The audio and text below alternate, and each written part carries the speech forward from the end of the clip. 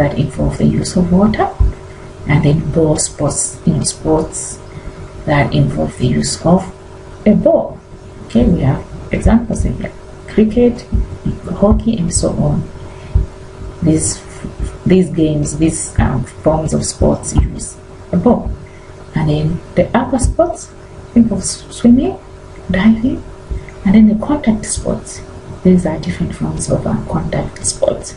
Kung fu, boxing, contact. You have contact with another person, so it is known as contact sport. Okay. Another taxonomy that we're seeing here, but now of an organism. So a taxonomy of an organism. So organism is the overall category which can be broken down into smaller categories. So bacteria, animals, and humans. So for animals, can you see what we have here? Animals are also of different categories. We can have mammals, we can have birds, we can have reptiles, we can also have fish. And in fish, to be very specific, we have a list here. To be very specific for reptiles, we also have specific examples of reptiles, and so on. Vehicles also, we can have trains, we can have cars and trucks. So what we see here is a taxonomy for a vehicle, or taxonomy of vehicles, because we have it in plural form. Okay, so trains, cars, and trucks, and so on. So if we are to define what a vehicle is, it is a thing that is used for transporting people or goods on land.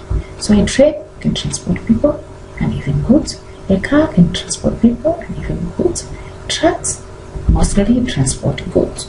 So in a taxonomic structure, each superordinate is more genuine and inclusive than the one below it. Okay, so in a taxonomic structure, each superordinate is more genuine and inclusive than the one below. So we've been talking about a taxonomy. What is a taxonomy? Taxonomy is the relationship between hypernyms and superordinates. Okay, and normally is presented in the form of an illustration, like we've seen in the previous examples, like vehicles, sports, organism, and so on. So a taxonomy is a representation of hypernymy and superordinateness between different terms. The topmost term of a taxonomy is the most general category. All the lower terms are hypernyms of the topmost term. The topmost term is the only superordinate in the taxonomy that has no superordinates within that taxonomy. If there is more than one hypernym of the same superordinate, then these hypernyms are called co-hypernyms. Okay, let's see some examples. The taxonomy of flowers. So this one is like the overall category, and these are smaller categories. Okay.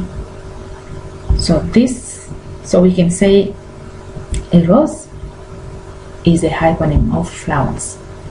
Okay, but these are co-hypernyms. So a rose is a hypernym of flowers, but these are co-hypernyms.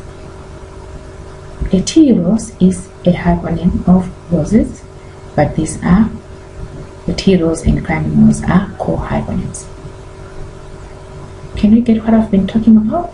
Co-hypernyms, another new term that we just come across now. Okay, so what we're trying to say here, it is possible to have orchids as a hypernym of flowers. Okay, orchids as a hypernym of flowers. And to be very specific, there are different types of orchids.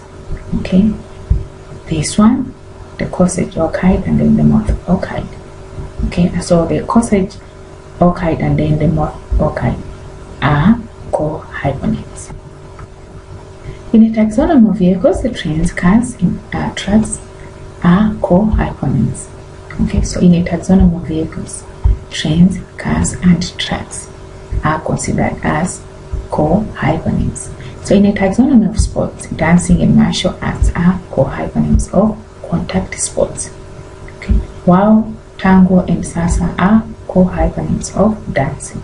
Dog, cat, cow are co-hypernyms of the superordinate mammal, which along with bird, fish, and reptile is also a co-hypernym of animals, which is a hypernym of organism. Okay, so you need to know what a taxonomy is, you need to know what co-hypernyms are, and you should also be able to come up with some examples. we've seen some co-hyponyms. You know, the examples that we have used in our illustration so far are only examples of nouns, the examples that come in the form of noun. But it is also possible to apply co-hyponyms to parts of speech, such as verbs. Okay? A sentence like 1a, John borrowed or grabbed or stole was given an MP4. So we have borrowed, we have grabbed, stole, was given. So these are co-hyponyms. So John got an MP4. So get is a superordinate, it's the overall category, and it has smaller parts. So we regard borrow, grab, store, was given as co-hyponyms. Alright, so now we're done with hyponymy, the relationship that we just see, the lexical relation concerning hyponymy. Now we're moving on to another, lexical relation.